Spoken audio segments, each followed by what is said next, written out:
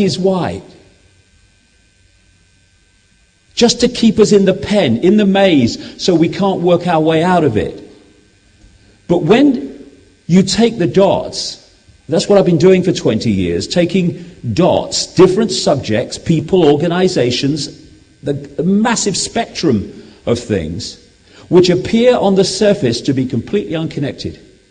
But when you connect them, suddenly a picture starts to appear. And that's what we don't do. And society is structured to make sure the dots do not get connected. It takes a lot of work. And when you do, suddenly the world starts to look very different. And at last, it starts to make sense. Why is this world so crazy? Why is authority and administration and bureaucracy so incompetent? Well, maybe it's not at the highest level. Maybe the incompetence is just leading to an outcome that suits the agenda. Maybe it's not incompetence at all. Maybe it's bloody genius, which on one level it is. So when the pieces start getting put together, and this is why I'm talking for so long today, putting these pieces together as we go along, as the picture gets more and more obvious, then you start to see the world in a completely different way, and what appears to be chaos takes on the view of being brilliantly coordinated and becomes the elephant in the living room. Because once the dots are connected, suddenly it's, oh my goodness, I can see it now. Oh, you couldn't see it before. Why? The dots weren't connected. Everything was like, what's going on? What's happening? Oh, hell, there you go. And that elephant in the living room is that there are two flows happening in this world, two major flows, two major realities. One is a secret agenda by a network of interbreeding families and their global secret society network, which is pushing the world incessantly and ever faster towards a centralized global dictatorship, a global version of Nazi Germany and then some. And the movie, as I call it, is how the changes in society that are bringing about that global dictatorship are explained away as unconnected to all the other changes that are building that global fascist state. The movie, what we see on the national news, what we get from education and what passes for it often, what we get through information in all its forms in the mainstream, is simply there to give cover for that. And it's been so brilliantly done and orchestrated that 99% of the people in the movie, newsreaders, journalists, etc., teachers, professors, haven't got a clue that they're actually giving cover for this grotesque agenda. But crucially, the crucial thing, the bottom line that makes this possible is from cradle to grave to give people a false identity, a false sense of who they are. We have coming up to 7 billion people in the world now. How many of that 7 billion know who they are? They know who they think they are. They think they're the person they see in the mirror. They think they're their body. Oh, could lose a bit of weight. Oh, bum's a bit big. Oh, look good today. Hey, building the muscles up. All these different expressions of the physical body, that's me. But it isn't. But if we think it is, then we become someone living a massive form of, I guess you'd call it schizophrenia, where we're living a false identity. And that's crucial to everything that goes on in this world. We are consciousness. We're not form. Form is the vehicle for consciousness to experience this reality.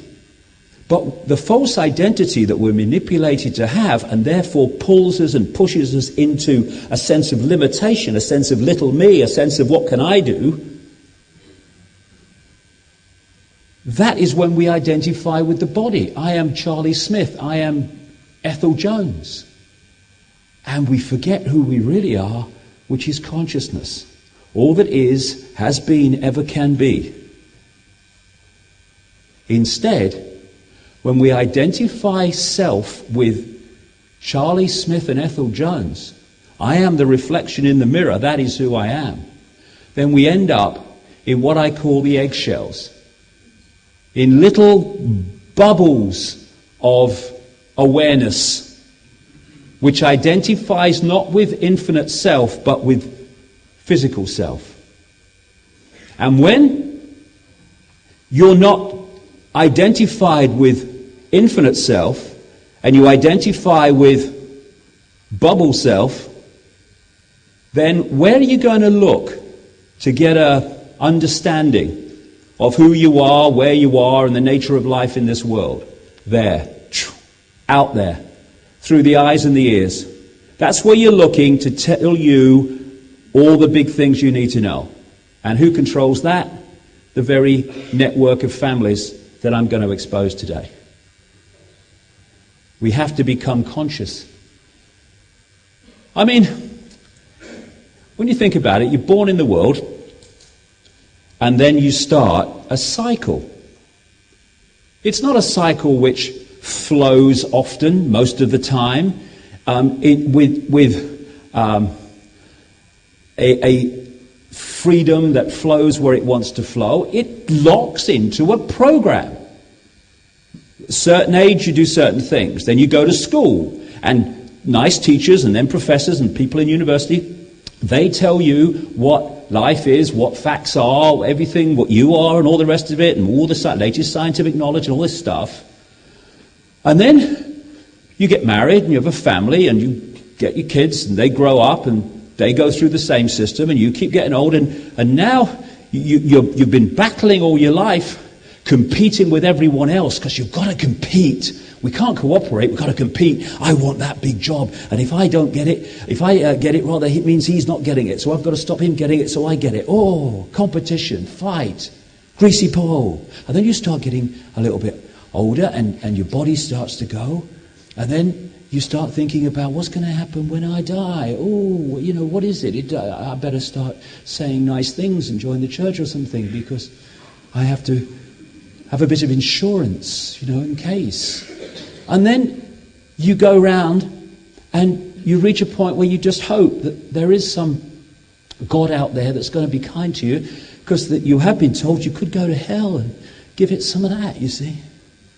I've just described life for vast, vast numbers of people. I mean, can we really not do better than that? Is that all we really are? But what does that serve? What does that sequence I've just described serve? It serves the system that treats us as mere pawns within it, mere cogs within its machine. And therefore we serve that which controls the machine. It's not because that's how it has to be, it's because that's how it's been manipulated to be. I saw these pictures on the internet. There are people running in water to get fit, you know.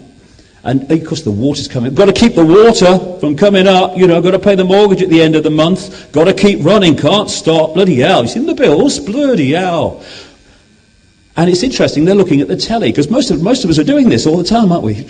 Exactly that. We call it life. And it's like a bloody software disk, just running through its program. Not just a program for one person, but program for vast, vast numbers of people. It's like a computer game. As we get through this first section today, we might see it is a computer game. And what's happening is we're being hypnotized all the time through education and media and religion and all this stuff, so that we don't see what this really is. So we don't see how the dots connect, and therefore what we're really experiencing. It's a mind game, like I said right at the start. If you don't control people's minds, you can't control their behavior and their perception. You can't keep them in this state if you don't control their minds. And so we have these prisons of the mind, religion. Here's some rules and regulations. We've called it a religion, but they're rules and regulations. And if you don't keep to them, then you're not in that religion anymore.